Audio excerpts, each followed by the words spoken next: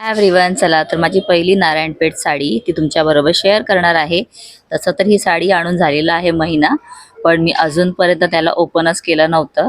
तर त्यामुळे म्हटलं की चला आता ही ना मला नेसायची आहे आणि ह्याचा ब्लाऊज पीस पण काढायचा आहे.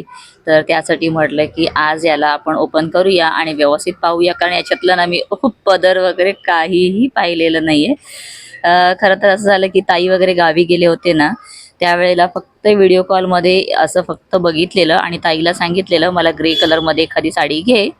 तर ताईने आणि माझ्या जावेने वगैरे पसंत करून घेतलेली.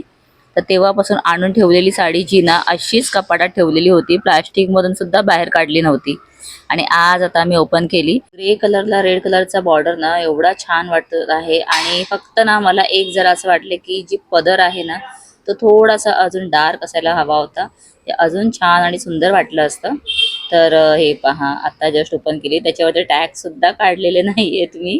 तर आणि कितीला आणलेली मला हे पण आठवण नव्हतं, पण याच्यामध्ये ना मला बिल दिसलेलं आहे. तर तुम्ही पाहिलं की कितीला आहे आणि खूप मस्त आहे. कपडा पण एकदम सॉफ्ट आणि छानच आहे. तर आता मला याच्यातला ब्लाऊज पीस काढायचा आहे, तर तो कशा प्रकारे आणि किती कट करायचा ना हे मी तुम्हाला दाखवते.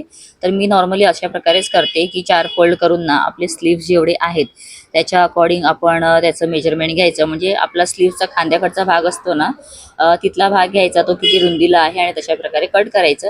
किंवा मग 75 सेंटीमीटरपर्यंत ना, 75 ते 80 जास्तीत जास्त सेंटीमीटरपर्यंत कट करायचं. नाहीतर मग साडी जी आहे ती छोटी होते आणि हातामध्ये ना जॉईंट्स नको होते मला, त्यासाठी मी थोडासा एक्स्ट्रा पार्ट कटिंग करून घेतलेला आहे.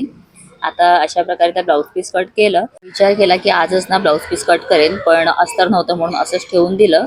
तर कशी वाटली साडी कमेंट करून सांगा.